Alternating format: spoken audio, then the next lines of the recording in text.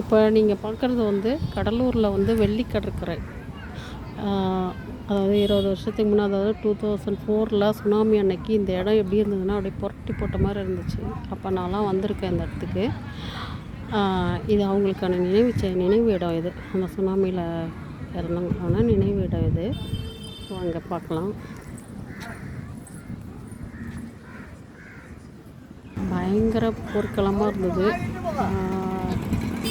மெரினா பீச்சுக்கு அப்புறம் எங்களோட தான் வெள்ளி கடற்கரைன்னு சொல்லுவாங்க.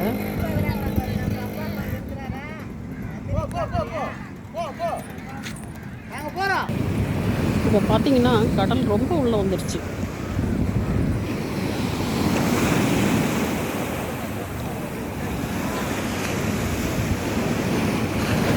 இதெல்லாம் வந்து வண்டி அங்கே இருக்கும் நம்ம உட்கார இடம். இது இவ்வளோ தூரம் இடித்து இதெல்லாம் இது ரோடு, இது வண்டி அது வரைக்கும் கொண்டு வருவாங்க. எல்லாம் கடலே உள்ளே வந்துடுச்சு. நல்லா பாருங்க, எல்லாம் சிட்டு உட்கார இடம் அது எல்லாமே உள்ளே வந்துடுச்சு. அவ்வளோ தூரம் உள்ளே வந்துடுச்சு கடல்.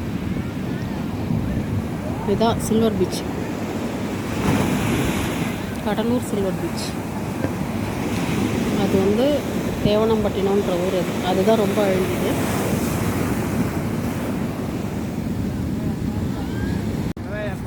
எல்லாம் ஆச்சரியமாக பார்க்குறாங்க. இவ்வளோ தூரம் கிட்ட வந்துடுச்சு கடல், நம்பவே முடியல.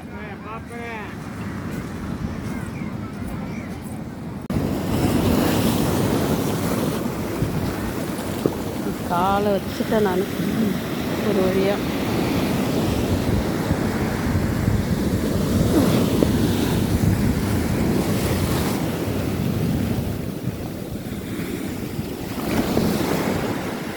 சுனாமிக்கு அப்புறம் நிறைய என்டர்டெயின்மெண்ட்டுக்கான இதெல்லாம் வந்துடுச்சு.